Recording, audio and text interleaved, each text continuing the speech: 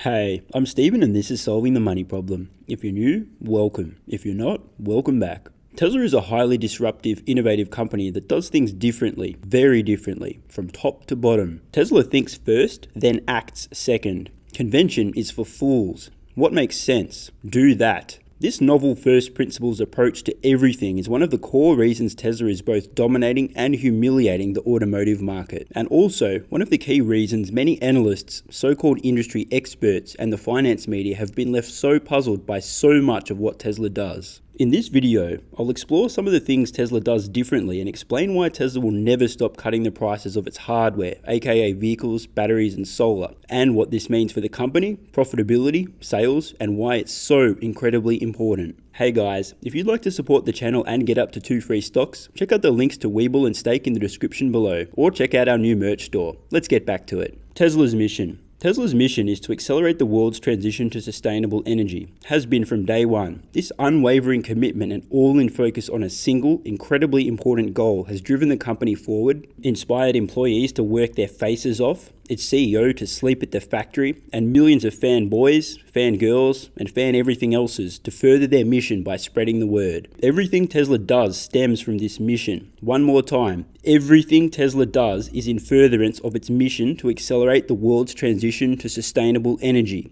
Everything. I wish I didn't need to emphasize this so much, but incredibly, it still seems that today, most of the finance media, most armchair investors, and most who write for Seeking Alfalfa, New York Crimes, the Crisis News Network, CNBC, and other outlets, plus many analysts and retail investors forget this fact. One more time, I'm just kidding. If you don't get it by now, my condolences. I say this because every time Tesla cuts prices, the narrative immediately swings towards, oh my god, there's no demand, oh my god, bankrupt, no demand, oh my god, short Tesla. In a world of shallow, surface level, conventional thinking, and I do use the word thinking loosely, maybe it's understandable.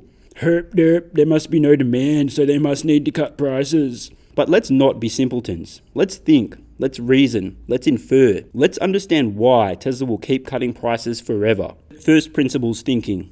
Everything Tesla does stems from first principles thinking. Start at the atoms and work up from there. Logic and reason rule this domain. There's no place for convention or assumptions here. As a lifelong science nerd, I understand the universe from quarks and leptons up. Most people, including CEOs, don't. Elon Musk, however, does. A degree in physics is quite useful when leading companies full of talented engineers to do the seemingly impossible. Because the thing is, you know what actually is possible. This is a major advantage. I don't mean to harp on about this too much, but it's so important for you to understand that it's this bottom-up, reason-first, convention approach that drives everything Tesla does. Doing things differently. Tesla unquestionably has the world's most unique CEO compensation package, one in which its CEO Elon Musk is awarded no guaranteed compensation of any kind, and the only way for Elon Musk to grow his wealth is to create tremendous value for Tesla shareholders. No other company or CEO has the balls and/or conviction for anything like this. It's one of a kind. Tesla's corporate structure too is as unique as it is effective. Here's an illustrative email Elon Musk sent internally at Tesla a few years back. Subject: Communication within Tesla. There are two schools of thought about how information should flow within companies. By far, the most common way is chain of command, which means that you always flow communication through your manager. The problem with this approach is that, while it serves to enhance the power of the manager, it fails to serve the company. Instead of a problem getting solved quickly, where a person in one department talks to a person in another department and makes the right thing happen, people are forced to talk to their manager, who talks to their manager, who talks to the manager in the other department, who talks to someone on his team. Then the information has to flow back the other way again. This is incredibly dumb. Any manager who allows this to happen, let alone encourages it, will soon find themselves working for another company. No kidding. Anyone at Tesla can and should email/talk to anyone else according to what they think is the fastest way to solve the problem for the benefit of the whole company. You can talk to your manager's manager without his permission. You can talk directly to a VP in another department. You can talk to me. You can talk to anyone without anyone else's permission. Moreover, you should consider yourself obligated to do so until the right thing happens. The point here is not random chit-chat, but rather ensuring that we execute ultra-fast and well. We obviously cannot compete with the big car companies in size, so we must do so with intelligence and agility. One final point is that managers should work hard to ensure that they are not creating silos within the company that create an us versus them mentality, or impede communication in any way. This is unfortunately a natural tendency and needs to be actively fought.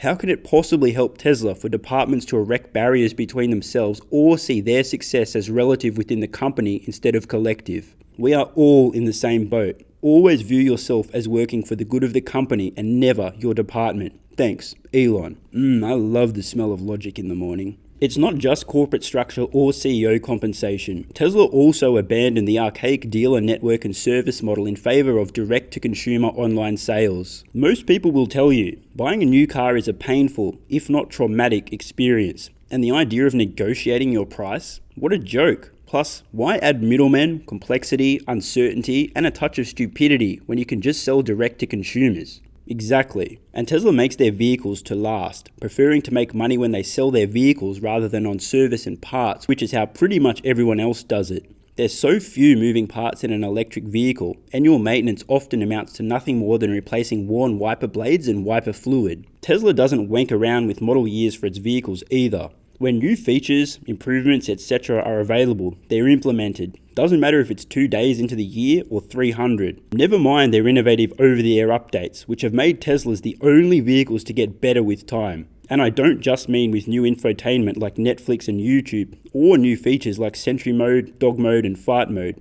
Tesla has literally improved the range, acceleration, and braking distance of its vehicles with over-the-air updates. Yeah, Tesla is basically overclocking its vehicles for customers after they've purchased them. No one else is doing this. No one else can do this. I mean, VW alone is spending almost $10 billion to develop its own operating system and cloud integration. Noticing a trend? If you think different, you do different. Why decrease prices when you don't have to? Great question. Those paying attention know Tesla has been permanently production constrained. From day one, more than a decade ago, Tesla has sold every vehicle it produced. All of them. At this point in time, the limiting factor on Tesla sales is not demand, but production.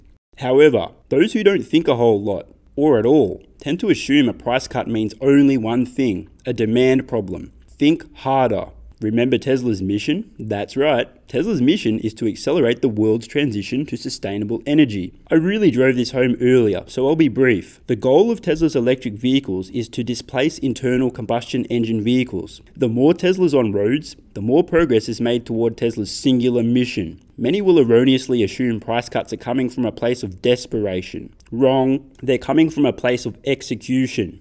Let me explain. From factory to factory, product to product, Tesla is constantly learning, evolving, adapting, innovating, optimizing, deleting parts and processes, automating, vertically integrating, and driving down costs. As they do so, these savings are passed on to consumers, expanding Tesla's potential market. Most automotive companies are in a state of stasis. They're in cruise control, sitting back, doing the same thing they've always done for about the same cost and making about the same profit. After about 150 years of continual improvement, the internal combustion engine is pretty static in its costs. Meanwhile, the most expensive item in a Tesla, its battery, is following a predictable cost decline curve. So too is the computer, the next most expensive item. This creates a major distinction between an ICE car and an EV. EVs will continue to meaningfully decline in cost over the long term as battery costs fall, computer hardware costs fall, and as economics of scale, new manufacturing techniques, and endless optimization drive costs down. This is not true of internal combustion engine vehicles. And this is where so many surface level thinkers go awry. This is how they conflate price cuts with a lack of demand. They just don't get that the cost for Tesla to produce its products is continually falling over time with no end in sight. Their factory designs are improving. Their processes are improving. Their hardware costs are falling. We're seeing the least efficient, most expensive Tesla we'll ever see today. They just get cheaper from here. The scales of profitability, hardware and software. Balancing on the left side, we have Tesla's hardware, battery, AI chip, etc. Over time, Tesla will continue to cut prices as it passes on cost savings. We've been over this. My totally scientific gut feel is that Tesla is aiming for 30 to 40% gross margins on its hardware and will maintain these indefinitely, cutting prices every time their margins would exceed this range. But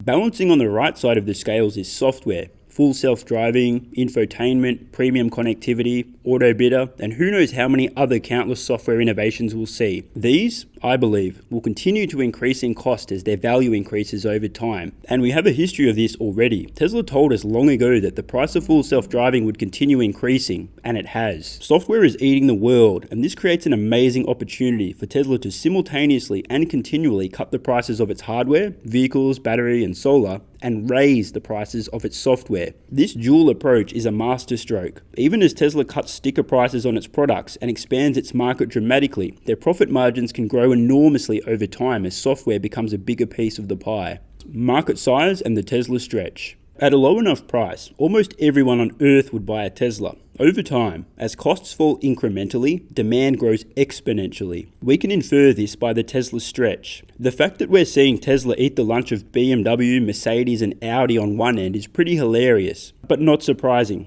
What is, however, is that Tesla too is eating the lunch of Toyota and Honda, as many buyers are paying $10,000 to $20,000 more to buy a Tesla than they've ever spent on another vehicle. The value proposition is just that good. Not to mention the long-term cost of ownership is a fraction of anything else out there. Those who do the numbers see the light. Why not just keep the profits while demand is so high? Did you forget Tesla's mission already? Really? Okay, let's ignore that for a moment. There's two other reasons for Tesla to put more vehicles on roads. 1. Tesla's secret army. 2. Data. Tesla's secret army, the namesake of one of my earliest videos, is a weapon of mass penetration. That sounds either really fun, really wrong, or both. Anyway, surely by now, you know Tesla has an army of raving fanatics. Their products are so good and their mission so inspiring that they really do sell themselves, and their owners will not shut up. In a sentence, the more Teslas Tesla sells, the more Teslas Tesla sells. Data is equally important. Solving autonomy is Tesla's most important challenge today. Their data lead is unassailable and growing exponentially as every new Tesla on roads collects data to train their full self-driving AI. The value of winning autonomy is hard to contemplate. Imagine having the only vehicles on Earth that can safely drive you autonomously to your destination. The step shift in value is hard to fathom, and it's right around the corner. Another reason for Tesla to get more vehicles on roads. Ultimately, autonomy will save countless lives. This matters. When we take a long-term view, it seems likely that later this decade, the scales will tip to a point where it will be cheaper to buy a Tesla vehicle than to buy its autopilot software. This is the future Tesla is heading toward. Not only will their market be colossal at this point due to the low price of entry, but their margins too will head towards the moon as software becomes an ever larger piece of the pie.